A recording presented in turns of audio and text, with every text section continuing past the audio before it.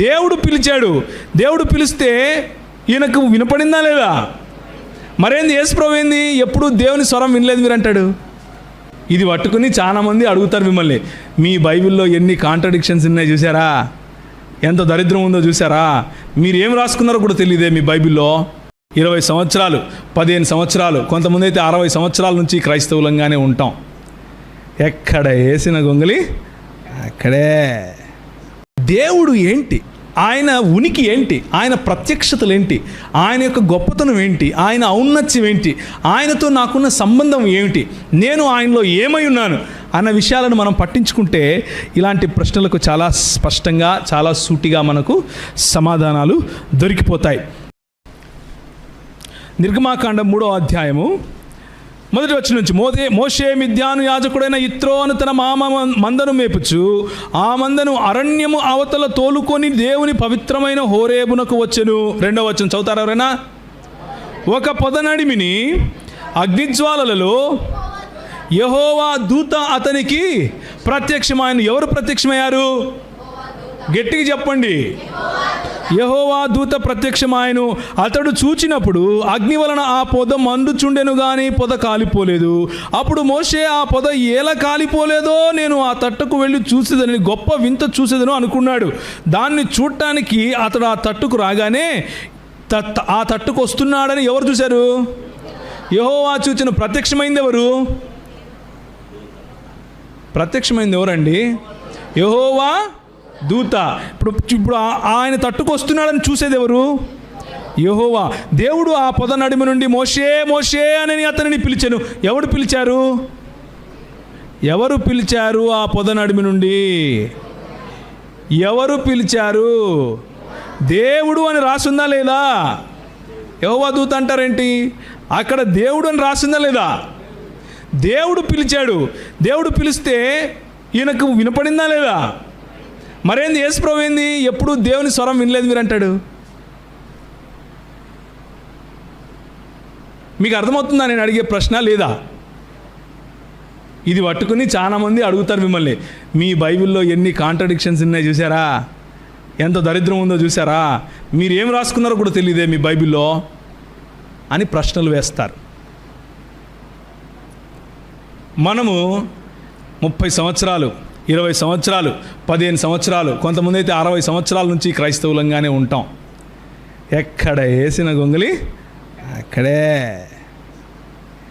ఏసే ఏసే ఏసే కాలు నచ్చాంది వేసేయ, దీన్ని ముట్టినాయన ఏసే ఏసే ఏసే కాలు నచ్చాంది వేసే, చేయి నచ్చాంది వేసే, తల నచ్చా. ఇదే మన బతుకు. కానీ కొంచెం ముందుకు వెళ్దాం. దేవుడు ఏంటి, ఆయన ఉనికి ఏంటి, ఆయన ప్రత్యక్షతలు ఏంటి, ఆయన యొక్క గొప్పతనం ఏంటి, ఆయన ఔన్నత్యం ఏంటి, ఆయనతో నాకున్న సంబంధం ఏమిటి, నేను ఆయనలో ఏమై ఉన్నాను అన్న విషయాలను మనం పట్టించుకుంటే ఇలాంటి ప్రశ్నలకు చాలా స్పష్టంగా చాలా సూటిగా మనకు సమాధానాలు దొరికిపోతాయి. అప్పుడు దానిని చూచుటకు అతడు ఆ తట్టు వచ్చుట యెహోవా చూచెను. ఆ తరువాత నీ పాదముల నుండి నీ చెప్పులు విడువము, నీవు నిలిచియున్న స్థలము పరిశుద్ధ స్థలము అన్న తర్వాత 14వ వచనం చూడండి. అందుకు దేవుడు అంటే ఇప్పుడు మోషే మాట్లాడుతూ అంటున్నాడు, నువ్వు నన్ను పంపిస్తున్నావు బాగానే ఉంది, ఎవరు పంపిస్తున్నారు అంటే నేనేం చెప్పాలి, ఎవరి పేరు చెప్పాలి అని అంటే, అందుకు దేవుడు నేను ఉన్నవాడను అనువాడనై ఉన్నానని మోషేతో చెప్పెను. మరియు ఆయన ఉండునను వాడవు మీ యొద్దకు నన్ను పంపెనని నీవు ఇశ్రాయేలీయులతో చెప్పవలెను. మరియు దేవుడు మోషేతో ఇట్లనెను, మీ పితరుల దేవుడైన యెహోవా అనగా అబ్రహాము దేవుడు, ఇస్సాకు దేవుడు, యాకోబు దేవుడు అయిన యెహోవా మీ యొద్దకు నన్ను పంపెనని నీవు ఇశ్రాయేలీయులతో చెప్పు. ఎవరి దేవుడంట? అబ్రహాము దేవుడు, ఇస్సాకు దేవుడు, యాకోబు దేవుడు అని దేవుడు సొంతంగా తన పరిచయం ఇచ్చుకుంటున్నాడు. నేను ఈరోజు ఉదయం మన ప్రోగ్రాం అయిపోయిన తర్వాత వెనకాల ఒక బ్రదర్తో కలిస్తే, అన్న మీది బెల్లంపల్లి కదన్నా అన్నాడు. కాదు బాబు, నేను ప్రవీణ్ కుమారే, కానీ బెల్లంపల్లి ప్రవీణ్ కాదు. అర్థమవుతుంది కదా? నేను ప్రవీణ్ కుమారే కానీ బెల్లంపల్లి ప్రవీణ్ కుమారు కాదు. నేను ప్రవీణ్ కుమార్ పగడాల. అలాగే దేవుళ్ళు చాలామంది నువ్వు అనుకోవచ్చు నాయన, కానీ నేను అలాంటి దేవుణ్ణి కాదు. ఏ దేవుణ్ణి? అబ్రహాము దేవుణ్ణి, ఇస్సాకు దేవుణ్ణి, యాకోబు దేవుణ్ణి. దేవుడు తన పరిచయ పత్రికను చూపిస్తున్నాడు. దేవుడు తన ఆధార్ కార్డు చూపిస్తున్నాడు. ఇదిగో ఇది నేను. నువ్వు ఎవరిని పడితే వాడిని ప్రవీణ్ కుమార్ అనుకోబాకు. ప్రవీణ్ కుమార్లు చాలా మంది ఉంటారు నాయన, కానీ నేను వేరు వాళ్ళు వేరు అని చెప్పడం కోసం డిస్టింక్షన్ ప్రభు చూపిస్తున్నాడు. చాలామంది దేవుళ్ళు ప్రజల మనసుల్లో ఉండవచ్చు, కానీ నేను అద్వితీయుడైనటువంటి దేవుణ్ణి. ఏమని చెప్పమన్నాడు? ఇశ్రాయేలు వినుము, నీ దేవుడైన యెహోవా అద్వితీయుడు, ఆయనను పోలినవాడు ఇంకొకడు లేడు, ఆయనను పోలిన దేవుడు ఇంకొకడు లేడు. నువ్వు ఎంత కష్టపడినా నాలాంటి దేవుడిని నువ్వు సృష్టించుకోలేవు. నువ్వు ఆవును చేసుకోవచ్చు, దూడను చేసుకోవచ్చు, చెట్లను చేసుకోవచ్చు, పాములు చేసుకోవచ్చు, పుట్టలు చేసుకోవచ్చు, నాలాంటి దేవుడిని మాత్రం నువ్వు సృష్టించలేవు. నాలాంటి దేవుడిని మాత్రం నువ్వు ఊహించుకోలేవు. నీ ఊహకు అందని వాణ్ణి, ఐఎమ్ యూనిక్ అని చెప్పటం కోసం ఇప్పుడు ఇట్లా చెప్తే నీకు అర్థం కాదు, కానీ ఒక మాట చెప్తా చూడు అని చెప్పి, నేను మీ నాయన మీ అబ్బుండాడే అబ్రహాము దేవుణ్ణి, ఇస్సాకు దేవుణ్ణి, యాకోబు దేవుణ్ణి అని చెప్పి పరిచయం చేసుకున్నాడు. ఇప్పుడు మనం ఈ అబ్రహాముకు, ఇస్సాకుకు, యాకోబుకు అసలు ప్రత్యక్షతలు కనిపించాయా అని చూడాలి. అక్కడేమన్నాడు? 5వ అధ్యాయం 2వ వచనంలో మీకా గ్రంథంలో ఏమన్నాడు? పురాతన కాలము నుండి శాశ్వత కాలం తన ప్రత్యక్షతలు చూపిస్తూ వస్తున్నాడు అని అంటే అబ్రహాముకు కూడా కనిపించి ఉండాలి కదా, ప్రత్యక్షత కలిగి ఉండాలి కదా, అవునా కాదా? ఇస్సాకుకు కలిగి ఉండాలి, యాకోబుకు కలిగి ఉండాలి. ఎందుకు? మోషేకి కలిగిన ప్రత్యక్షతలో ఏమని చెప్తున్నాడు? నేను అబ్రహాం దేవుణ్ణి, ఇస్సాకు దేవుణ్ణి, యాకోబు దేవుణ్ణి అంటున్నాడు. ఇప్పుడు అబ్రహాం దగ్గరికి వెళ్దాం. మళ్ళీ 12వ అధ్యాయం మనం ఆల్రెడీ చదివాం. 12వ అధ్యాయంలో అబ్రహాముకు కలిగిన ప్రత్యక్షతను మనం చూసాం. ఆయన మాటను విని ఆయన తన కుటుంబాన్ని తీసుకుని బయలుదేరి వెళ్ళిపోయాడు. అబ్రహాము భార్యల్లో 2వ భార్య అయినటువంటి హాగరుకు కలిగిన ప్రత్యక్షత చూడండి 16వ అధ్యాయంలో. యెహోవా దూత అరణ్యములో నీటి బుగ్గ యొద్ద అనగా ఎవరు కనిపించారు? 7వ వచనం చూడండి, 16వ అధ్యాయం 7వ వచనం. యెహోవా దూత అరణ్యములో నీటి బుగ్గ యొద్ద అనగా షూరు మార్గములో బుగ్గ యొద్ద ఆమెను కనుగొని 9:30 అయిపోయింది. ఇప్పుడు ఎట్లా? వెనకాల చేతులు చూపిస్తున్నాడు ఆయన. ముందుకు పోవాలని వద్దా? సరే, ఈ ప్రత్యక్షతలు మాత్రం చెప్పేసి వదిలేద్దాం ఈరోజుకి. రేపు బైబిల్ స్టడీలో మీరు వస్తే ఇంకా ఎక్కువగా చదువుకునే ప్రయత్నం చేద్దాం. సో హాగరుకు కలిగిన ప్రత్యక్షత ఏమిటి అంటే, యెహోవా దూత అరణ్య మార్గములో నీటి బుగ్గ యొద్ద అనగా షూరు మార్గములో బుగ్గ యొద్ద ఆమెను కనుగొని, శారాయి దాసివైన హాగరు ఎక్కడి నుండి వచ్చితివి, ఎక్కడికి వెళ్ళుచున్నావు అడిగినందున అది నా యజమానురైన అంటూ ఆమె మొత్తం స్టోరీ చెప్పింది. అప్పుడు యెహోవా దూత నీ యజమానురాలు యొద్దకు తిరిగి వెళ్ళి ఆమె చేతి క్రింద అణిగి మణిగి ఉండుము అని దానితో చెప్పెను. ఇప్పుడు ఆఖరి వచనం చదవండి అదే చాప్టర్లో. హాగరు దానిపైన చదవమ్మా ఒక్క నిమిషం.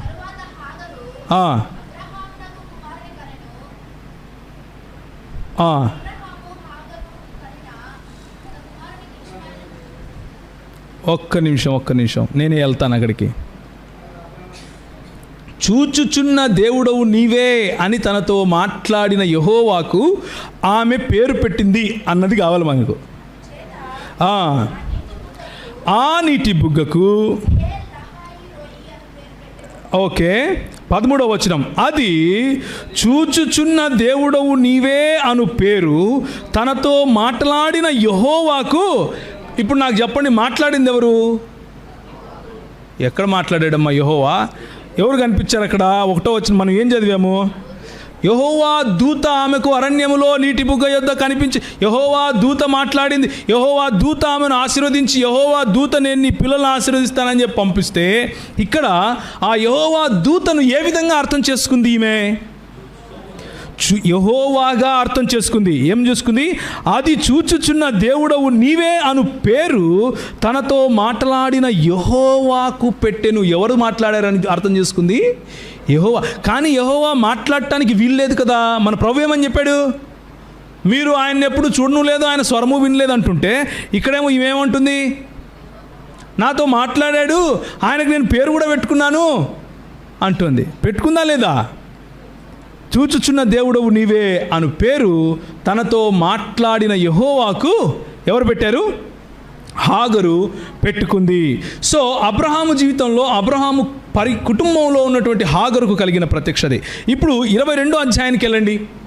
22వ అధ్యాయంలో ఇవన్నీ జరిగిన తర్వాత దేవుడు అబ్రహామును పరిశోధించను అని ఉంటుంది. చూడు, అక్కడి నుంచి చదవండి, మొదలు పెట్టండి. ఆ సంగతులు జరిగిన తర్వాత దేవుడు అబ్రహామును పరిశోధించెను. అబ్రహామా అని పిలువగా ఎవరు పిలిచారు? పిలిచాడా లేదా? పిలిస్తే ఈయనకి వినబడిందా లేదా? వినబడితే రెస్పాన్స్ ఇచ్చాడా లేదా? చిత్తం ప్రభు అని. మరి యేసు ప్రభు ఏంటి ఎప్పుడు ఆయన స్వరం వినలేదంటాడు? మీకు అర్థమవుతుందా లేదా నేను అడిగేది? నేను ఎన్ని చూపిస్తానన్నా మీకు ఒక్క మాటతో కొట్టేస్తాడేంటి ఆయన? అసలు మీరు ఇనలేదు పోవా అంటాడేంటి? ఇంతమంది వింటుంటే హాగరు వినింది, మోషే విన్నాడు, అబ్రహాం విన్నాడు, ఇదిగో అబ్రహాం మళ్ళీ వింటున్నాడు, మళ్ళీ తన కుమారునితో సహా వింటున్నాడు, ఇస్సాకుతో సహా. చూడండి, అప్పుడు ఆయన నీకు ఒక్కగానొక్కడైన నీ కుమారుని అనగా నీవు ప్రేమించి ఇస్సాకును తీసుకుని మోరియా దేశమునకు వెళ్ళి అక్కడ నేను నీతో చెప్పవు పర్వతములలో ఒక దాని మీద దహన బలిగా అతనిని ఏం చేయాలంట? అర్పించాలంట. యెహోవా దూత పరలోకములో నుండి 11వ వచనం చూడండి. యెహోవా దూత పరలోకములో నుండి అబ్రహామా అబ్రహామా అని అతనిని పిలిచెను. అందుకంతడు చిత్తము ప్రభువా అని. ఎవరన్నారు చిత్తం ప్రభు అని? దేవుడు పిలిస్తే ఏమన్నాడు? చిత్తం ప్రభు అన్నాడు. ఇప్పుడు ఎవరు పిలుస్తున్నారు? యెహోవా దూత పిలుస్తున్నాడు. యెహోవా దూత పిలిస్తే ఏమంటున్నాడు? చిత్తం ప్రభు అంటున్నాడు. అప్పుడు ఆయన, ఆ చిన్నవాని మీద నీ చేయి వేయకము, అతనిని ఏమీ చేయకము, నీకు ఒక్కగానొక్కడయ్యున్న నీ కుమారుని నాకు ఇదేంటి? దేవునికి అనాలి కదా. నీకొక్కగానొక్కడయ్యున్న నీ కుమారుని దేవునికి అనాలి కదా. ఇక్కడ ఏమంటున్నాడు? నీకొక్కగానొక్కడయ్యున్న నీ కుమారుణ్ణి నాకియ వెనుదీయలేదు కనుక నీవు దేవునికి నాకీయడానికి వెనుదీయకపోతే దేవునికి భయపడ్డం ఏంటి? నాకు ఇవ్వడానికి నువ్వు వెనుక తీయకపోతే నాకు భయపడుతున్నావు అనాలి, కానీ నాకు ఇవ్వడానికి నువ్వు వెనుక తీయలేదు కాబట్టి దేవునికి భయపడుతున్నావు అంటాడేంటి ఈ దూత? మీకు అర్థమవుతుందా నేను మాట్లాడే మాటలు? మీకు అర్థమవుతుంటే నాకు అర్థమైనట్లే, అందుకే అడుగుతున్నా. యెహోవా దూత పరలోకములో నుండి మళ్ళీ అనేది. యెహోవా దూత రెండవ మారు పరలోకములో నుండి అబ్రహామును పిలిచి ఇట్లా, నేను నీ ఒక్కడై ఉన్నా నీ కుమారుణ్ణి నాకియ వెనుదీయలేదు గనుక ఈ కార్యము చేసినందున నేను నిన్ను ఆశీర్వదించాల్సింది ఎవరు? 12వ అధ్యాయంలో నేను నిన్ను ఆశీర్వదిస్తాను అని చెప్పింది ఎవరు? ఎవరు చెప్పారండి? దేవుడు. ఇక్కడ ఎవరు ఆశీర్వదిస్తున్నారు? యెహోవా దూత రెండవ మారు పరలోకములో నుండి నేను నిన్ను ఆశీర్వదించి ఆకాశ నక్షత్రముల వలె సముద్ర తీరమందరి ఇసుక వలె నీ సంతానమును నిశ్చయముగా విస్తరింపజేసేదను అంటూ యెహోవా దేవుడు ఇచ్చినటువంటి ఆశీర్వాదాన్ని నేనే ఇచ్చేది నీకు అంటూ యెహోవా దూత మాట్లాడుతూ ఉన్నట్లుగా ఇక్కడ స్పష్టంగా దేవుని వాక్యము. ఇప్పుడు అబ్రహాము ప్రత్యక్షత అయిపోయింది. ఇక్కడ ఇస్సాకు కూడా ఉన్నాడు కదా. ఇస్సాకు అబ్రహాము కలిసి వెళ్ళారు కదా. సో ఇక్కడ చూడండి, అబ్రహాము ఆ చోటికి యెహోవా ఈరే అను పేరు పెట్టెను. అందుచేత యెహోవా పర్వతం మీద చూచుకొనును అని నేటి వరకు చెప్పబడును. యెహోవా ఈరే మాట్లాడిందేమో యెహోవా దూత, ఇమ్మన్నదేమో యెహోవా దేవుడు. ఏం చేయాలో తెలియక యెహోవా ఈరే అని పేరు పెట్టేశాడు ఈయన. అనుకుంటారా? అంతే అంటారా? ఆయనకు అర్థం కాలేదంటారా? ఆయనతో మాట్లాడింది, ఆయనను ఇమ్మంది, ఆయనను ఆపింది యెహోవాయే అని గుర్తించాడు కాబట్టే యెహోవాయే చూచుకొనును అని యెహోవా ఈరే అనే పేరు పెట్టాడు. ఇప్పుడు యాకోబు ప్రత్యక్షత చూడండి, 32వ అధ్యాయం. యాకోబు మిక్కిలి భయపడి తొందరపడి ఏశావు ఒక గుంపు మీదికి వచ్చి దానిని హతము చేసిన ఎడల మిగిలిన గుంపు తప్పించుకొని పోవును అనుకొని తనతో ఉన్న జనులను, మందలను, పశువులను, ఒంటెలను 2 గుంపులుగా విభాగించి అప్పుడు యాకోబు, నా తండ్రి అయిన అబ్రహాము దేవా. ఇప్పుడు మళ్ళీ యాకోబు ఇదే ఐడెంటిటీ కార్డ్, ఆధార్ కార్డు వాడుతున్నాడు. ఏమని? నా తండ్రి అయిన అబ్రహాము దేవా, నా తండ్రి అయిన ఇస్సాకు దేవా, నీ దేశమునకు నీ బంధువుల యొద్దకు తిరిగి వెళ్ళుము, నీకు మేలు చేసేదను అని నాతో చెప్పిన యెహోవా అంటూ ప్రార్థన చేస్తున్నాడు. అంటే యాకోబుకు యెహోవా ఎవరో తెలుసు, అవునా కదా? యాకోబుకు యెహోవా ఎవరో తెలుసు. యాకోబుకు అబ్రహాము దేవుడు ఎవరో తెలుసు. యాకోబుకు ఇస్సాకు దేవుడు ఎవరో తెలుసు. ఆ దేవుడు ఇంకెవరో కాదు, యెహోవా అని పేరు పెట్టి పిలిచి ప్రార్థన చేస్తున్నాడు. నీవు నీ సేవకునికి చేసిన సమస్తమైన ఉపకారములకు సమస్తమైన సత్యమునకు అపాత్రుడును.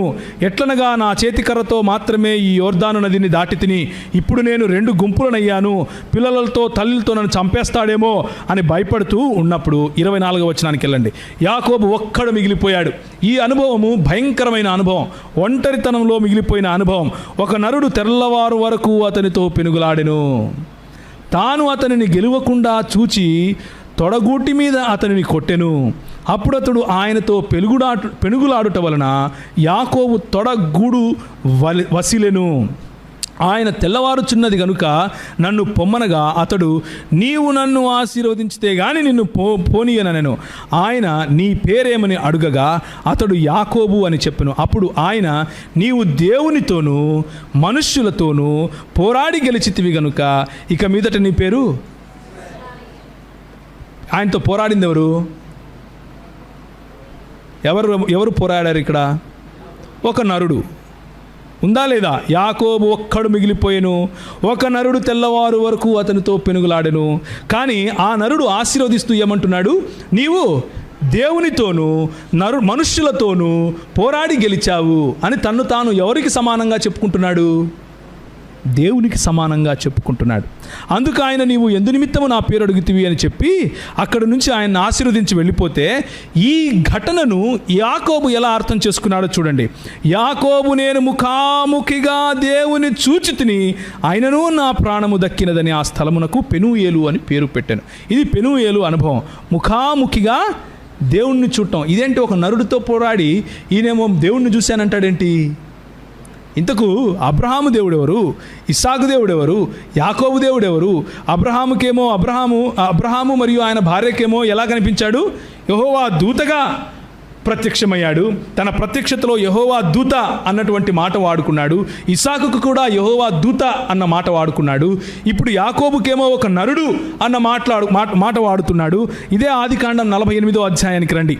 అతడు యోసేపును దీవించి, అంటే ఇప్పుడు యాకోబు చనిపోతున్నాడు, ముసలివాడైపోయాడు. తన కుమారుడైన యోసేపును దీవిస్తూ ఈ మాట అంటున్నాడు. నా పితరులైన అబ్రహాము ఇస్సాకులు ఎవని ఎదుట నడుచుచుండిరో ఆ దేవుడు. అంటే మళ్ళా అదే ఆధార్ కార్డు దగ్గరికి వెళ్తున్నాడు. ఏ ఐడెంటిటీ కార్డు అది?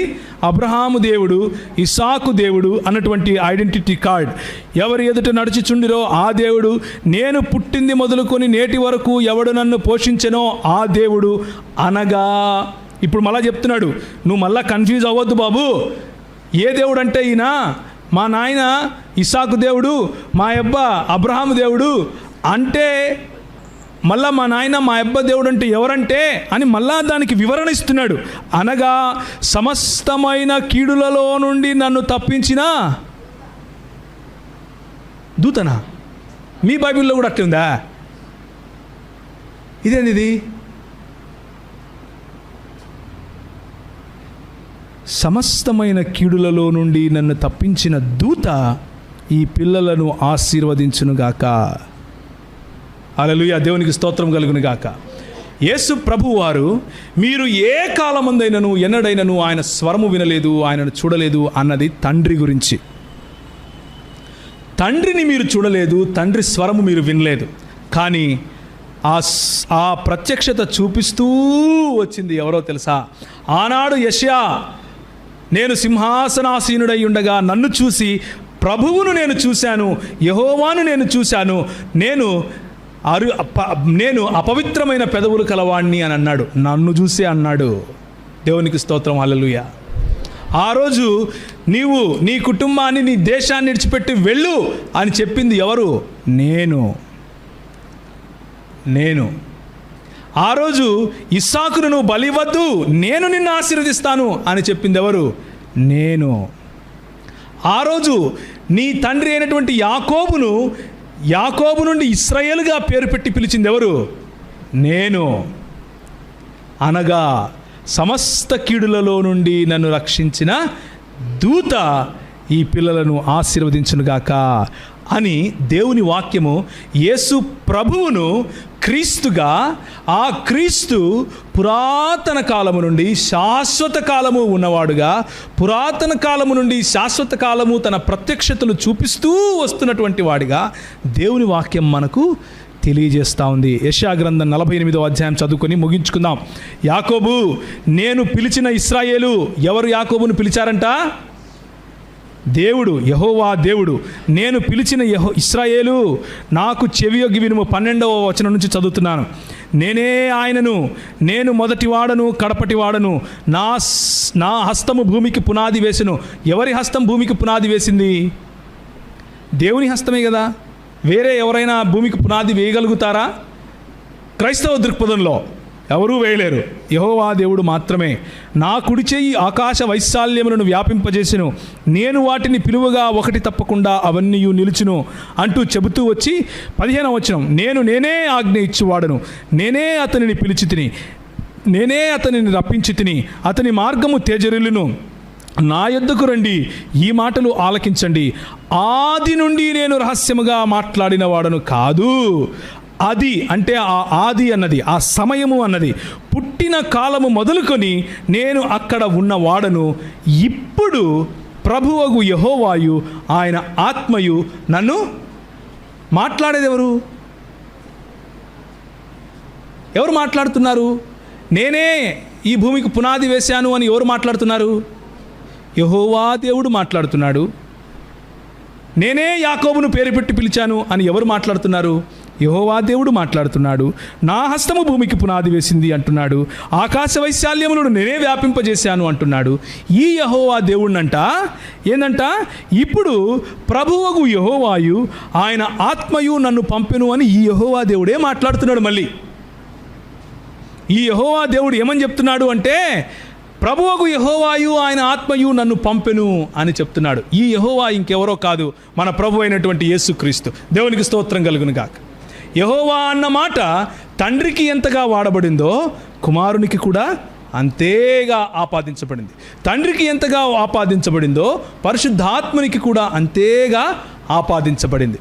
దీనినే థియోఫెనీ నుండి క్రిస్టోఫెనీగా మనము మాట్లాడుకుంటున్నాం ఇప్పుడు. అంటే దేవుని యొక్క ప్రత్యక్షతల నుండి క్రీస్తు యొక్క ప్రత్యక్షతల వైపుకు మనం వస్తున్నాం. నూతన నిబంధన గ్రంథానికి వస్తే మత్తయి సువార్త, మార్కు సువార్త, లూకా సువార్త, యోహాను సువార్తలలో ఆదియందు వాక్యం ఉండెను, వాక్యము దేవుని యొద్ద ఉండెను, వాక్యము దేవుడై ఉండెను. 12వ వచనం, ఆ వాక్యము కృపాసత్య సంపూర్ణుడిగా, ఆ వాక్యము శరీరధారి అయి కృపాసత్య సంపూర్ణుడిగా మన మధ్య నివసించిన.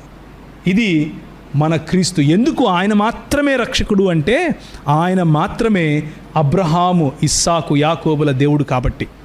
ఆయన మాత్రమే అబ్రహాము, ఇస్సాకు, యాకోబుల దేవుడు కాబట్టి తండ్రిని గణపరచినట్లుగా ప్రతి ఒక్కరూ అంటే అందరూ కుమారుని ఘనపరచవలనని తీర్పు తీర్చుటకు సర్వాధికారము కుమారునికి అప్పగించి ఉన్నాడు.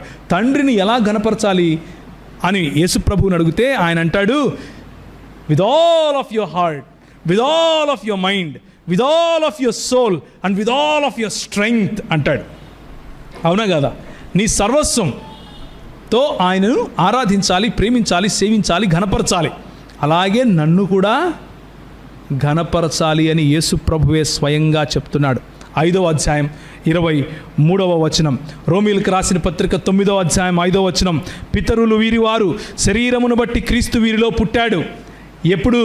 బెత్లెహేము, ఎఫ్రాతా, యూదా గోత్రములలో నీవు అల్పమైన దాని అనుకుంటున్నావేమో, ఇశ్రాయేలును ఏలబోవాడు నీలో నుండే వస్తాడు అన్న మాట రోమీయులకు రాసిన పత్రిక 9వ అధ్యాయం 5వ వచనంలో నెరవేరుతూ, శరీరమును బట్టి క్రీస్తు వీరిలో పుట్టెను, ఈయన సర్వాధికారి అయిన దేవుడై ఉండి నిరంతరము స్తోత్రార్హుడై ఉన్నాడు. దేవునికి స్తోత్రం కలుగునుగాక. మన యేసు ప్రభువుకు స్తోత్రం కలుగునుగాక. ఈయన నిరంతరము స్తోత్రార్హుడై ఉన్నాడు అని చెప్తూ ఉంటే నువ్వు తొడలు కొడతాను, మీసాలు తిప్పుతాను, ఈయన చిన్న దేవుడు అంటావేంది? ఈయన చిన్న దేవుడు, పక్కింటి దేవుడు కాదు, ఈయనే నిజమైన దేవుడు.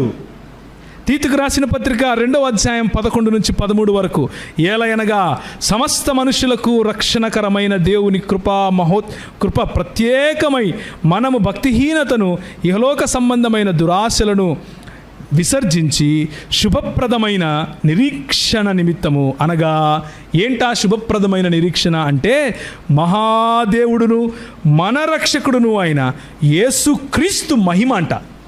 శుభప్రదమైన ఆ నిరీక్షణ ఏమిటి అంటే, మహాదేవుడును మన రక్షకుడును అయిన యేసుక్రీస్తు మహిమ యొక్క ప్రత్యక్షత కొరకు ఎదురు చూచుచు ఇంకా ఆయన ప్రత్యక్షతలు ఇస్తూనే ఉన్నాడు. మీ జీవితంలో ఇవ్వలేదా? నా జీవితంలో ఇవ్వలేదా? ఒక్క మాటతో నా జీవితం మార్చాడు.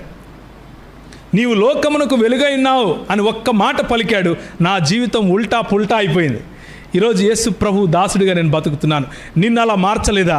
నీ జీవితంలో అలా ప్రత్యక్షత రాలేదా? ఆయన ప్రత్యక్షతలు పురాతన కాలము నుండి శాశ్వత కాలము ఆయన చూపిస్తూనే వస్తున్నాడు. నువ్వేమో ఆయన ప్రత్యక్షతలు పక్కన పెట్టి ఆయన ఇచ్చే చాక్లెట్ల కోసం వెతుకుతున్నావు. ఆయన నాకు చాక్లెట్ ఇస్తే చాలు, ఆయన నా తలనొప్పి తీస్తే చాలు, ఆయన నాకు పెళ్లి చేస్తే చాలు, నేను డిగ్రీ పాస్ అయితే చాలు, నాకు కొడుకు పుట్టలేదు, ఎప్పుడూ ఆడపిల్లలే పుడుతున్నారు, యేసు ప్రభువా యేసు ప్రభు. ఆయన ఇచ్చేది ఒక ఎత్తు, ఆయనే బహుమానంగా మన జీవితంలోకి రావటం ఇంకో ఎత్తు. దేవునికి స్తోత్రం కలుగును గాక. మళ్ళీ అందరం లేచి నిలబడి ఒకసారి ఈ వాక్యాన్ని చదువుకొని ముగించుకుందాం. మళ్ళీ ప్రకటన గ్రంథం 5వ అధ్యాయం ఇప్పుడు చదవండి. With all of your heart, నీ హృదయంలో ఉన్న భక్తి, నీ హృదయంలో ఉన్న ఆరాధన ఈ దేవునికి, ఎవరు? పురాతన కాలము నుండి శాశ్వత కాలము ప్రత్యక్షతలు చూపిస్తున్నటువంటి ఈ క్రీస్తు, సోలా క్రిస్తోస్, యేసు క్రీస్తు మాత్రమే మనకు ప్రభువు అని చెప్పటానికి ఈ మాట చదవండి. 1, 2, 5వ అధ్యాయం 7వ వచనం నుంచి 1, 2, 3.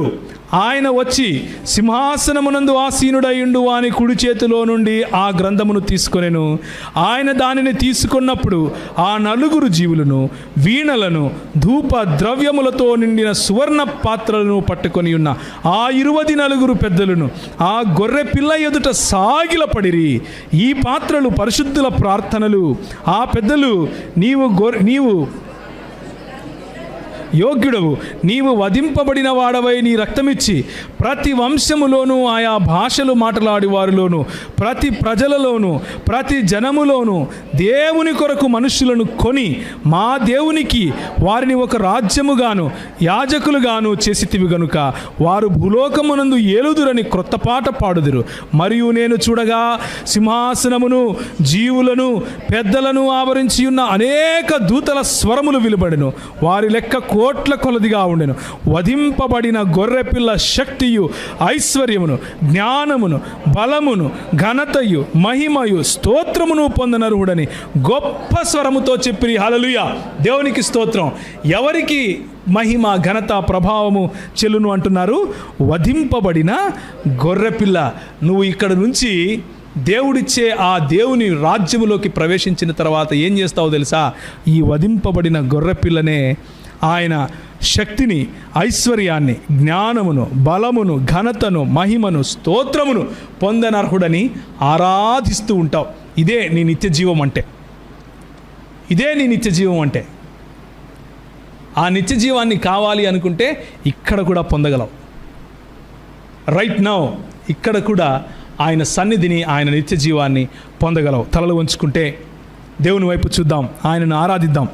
ఈరోజు అడుక్కునే వాళ్ళగా రావద్దు. ఆయన్ను స్తుతించే వాళ్ళుగా రండి, ఆయన్ని ఆరాధించే వాళ్ళుగా రండి. ప్రభువా, నీ యొక్క ప్రత్యక్షత పురాతన కాలము నుండి శాశ్వత కాలము చూపిస్తున్నావా? నీ ప్రత్యక్షత యొక్క ప్రణాళిక నేనా ప్రభువా? నన్ను పట్టుకోవడం కోసమా నువ్వు ఇంత చేశావు? అబ్రహాముకు కనిపించావు, హాగరుకు కనిపించావు, ఇస్సాకుకు కనిపించావు, యాకోబుకు కనిపించావు, ప్రవక్తలకు కనిపించావు, యెషయాకు కనిపించావు. నీ ప్రవచనాలు, నీ గురించిన ప్రవచనాలు నీ పుట్టుకకు 1000 సంవత్సరాల నుండి వస్తూనే ఉన్నాయంట.